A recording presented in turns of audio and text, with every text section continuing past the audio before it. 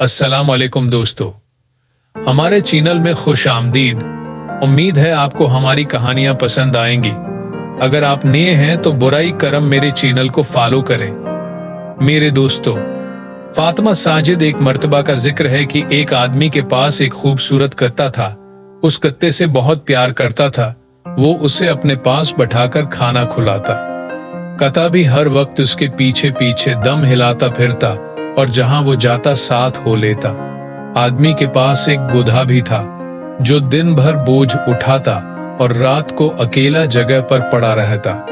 एक दिन गुधे ने खिड़की में मना डालकर मालिक के कमरे में झांका तो देखकर हैरान रह गया कि कितना मजे से खाना खा रहा था और मालिक पास बैठा उसे चमका रहा था। गधा उसे देखकर जल गया और दिल में कहने लगा, आखिर मेरा मालिक उस कुत्ते को इतना प्यार क्यों करता है।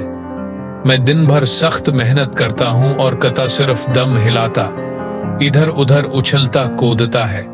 उसने सोचा कि अगर मैं भी कत्ते की तरह उछलने कूदने और दम हिलाने लगूं तो मालिक मुझे भी उसी तरह प्यार करेगा। यह ख्याल करके गुधा ढींचों ढींचों करता और दम हिलाता झट मालिक के कमरे में घुस गया।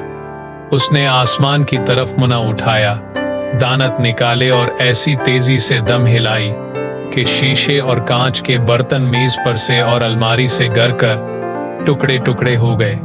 फिर उसने उछलकर अगले पा मालिक की गोद में रख दिए। मालिक गुधे की उस अहमकाना हरकत से हैरान और परेशान हो गया और ख्याल किया कि गधा पागल हो गया है। जोर जोर से चलाने लगा। शोरोगल की आवाज से करीब के हमसाए भागे आए और गुधे की हरकत और चीखों पुकार सुनकर उनको भी यकीन हो गया कि गुधा पागल हो गया है। उन्होंने गुधे को मार मार कर घर से निकाल दिया।